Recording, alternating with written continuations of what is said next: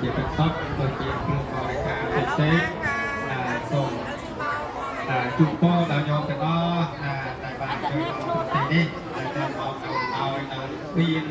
ជាបរិការផ្សេងៗនេះសម្រាប់ដល់ញាតិញោមទៀតទឹកនៅក្នុងទីវត្តអារាមកកែវនេះសូមជូនពរញោមទាំងអស់ឲ្យបានដល់សេចក្តីសុខសេចក្តីចម្រើនគ្រោះភ័យទាំងឡាយគ្រប់គ្រប់កលៈទាំងឡាយបើមានគោលណាមួយដែលបំរុងពេកមានក៏សូមឲ្យបានប្រព្រឹត្តទាំងអស់នោះបើវាជាចេញទៅចាប់តាំងពីពេលនេះតទៅសូមឲ្យបានសុខបានចម្រើនគ្រប់គ្នាសូមអនុមោទនាសា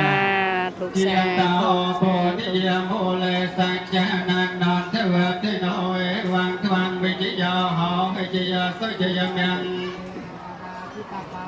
ចេមិនិទេបតវិបោកេអវិសេកេសាពពោធិអនញ្ញកបតោពមោទេតសនាកាតាំងសម្យ៉ាងកលំសពភិយតាំង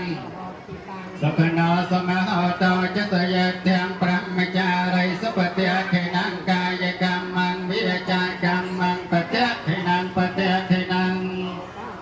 បណៃទីទេបតិខេណាបតិខេណានិកាត្វានលពន្តន្តេ